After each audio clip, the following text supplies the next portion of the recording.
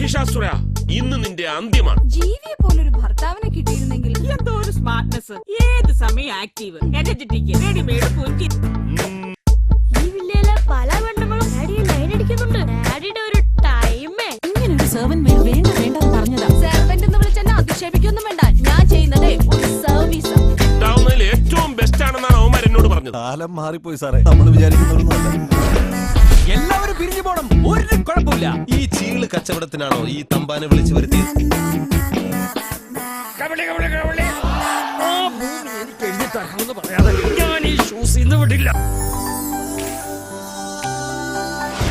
ഒരുപാട് ആലോചിച്ചെടുത്ത തീരുമാനമാ.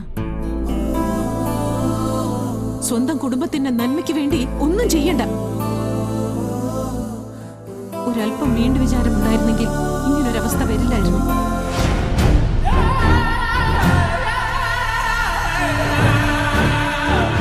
ഇനി ഇവിടെ നിന്നോട്ട് മുന്നോട്ട് പോകാൻ എനിക്കൊരു ജോലി വേണം.